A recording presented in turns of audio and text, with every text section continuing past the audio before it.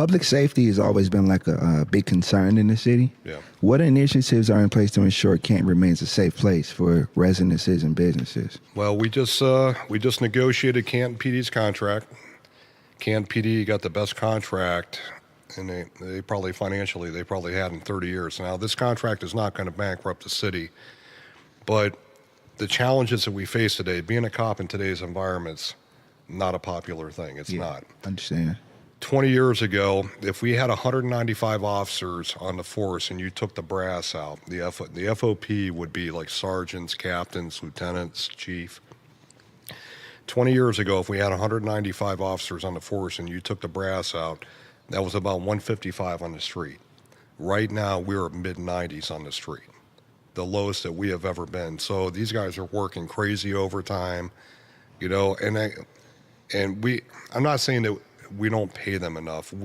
Our safety forces should reflect what our community looks like. Right. That's number one.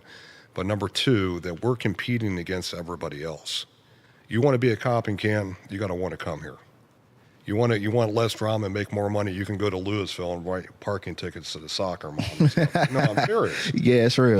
But we're also competing against the county sheriff, the deputy sheriffs for the county. We're competing against the state highway patrol. They're 300 to 400 short statewide. I think the county sheriff, I think they're 30 to 40 short. We're probably 30 short right now. I think this contract it's not going to solve the problem, but it's going to get us in the conversation about being competitive that they want to come to work for the city and be in law enforcement. And all of our safety forces, including fire, do a fantastic job. They do. But right now, the budget for fire is 154 guys at $20 million for the city. All right. We are at 154 guys. The budget for Canton PD is about 21 to 22 million for 170 officers. And we're probably in 141. So, when you talk about those recruiting issues and stuff like that, and I'll say this, my first year was very challenging, very interesting. The city of Canton had to fire Canton 2 PD officers last year within 3 months apart. And I'm just not, where I come from, when I worked for the iron workers and when I worked out in the field back in the day, if you had 100 guys on a job and you had to have one guy on the job that's bringing the whole job down, they would just get rid of him. Right. You know what I'm saying? If the guy was coming in under the influence, he was stealing, he was doing this or whatever. It just, some of the things that, I've had to experience personally, I'll say this. I know what I signed up for, but I didn't sign up for that. Right. Mm-hmm. And I'll just, and I mean that when I say that. And it's just, if somebody doesn't want to be on the team, then we'll find somebody that does.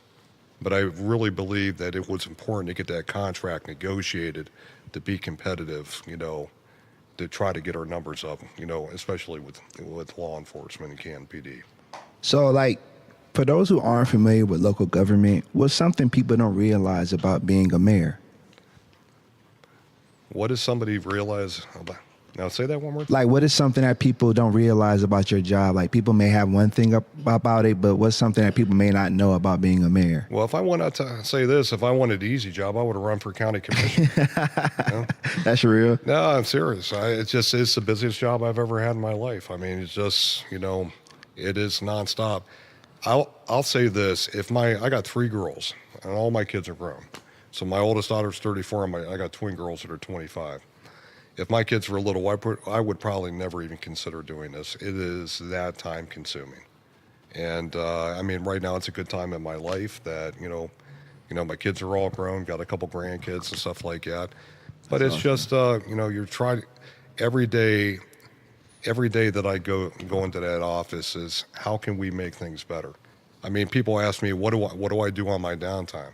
I just drive around the neighborhoods looking for stuff to do. No, I'm serious. So you're working even when you're not working? Yeah, no, seriously. It's just, every neighborhood should get the respect it deserves. And it doesn't matter what part. Somebody said, well, you live in the Northwest End. Well, look, we got a lot of good people in this town. We do. And they deserve, when they have an issue, to have that issue, addressed and stuff like that.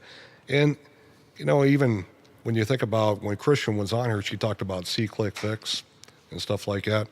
See-Click Fix is our way of our checks and balances to make sure that every department in the city is doing what they're supposed to be doing. So if somebody reports a pothole on See-Click Fix, we rely on that data when you talk about communicating. So our guys are just not driving around town filling potholes, wasting tax dollars, Right. looking for potholes, that these issues can be addressed as quickly as possible. Okay.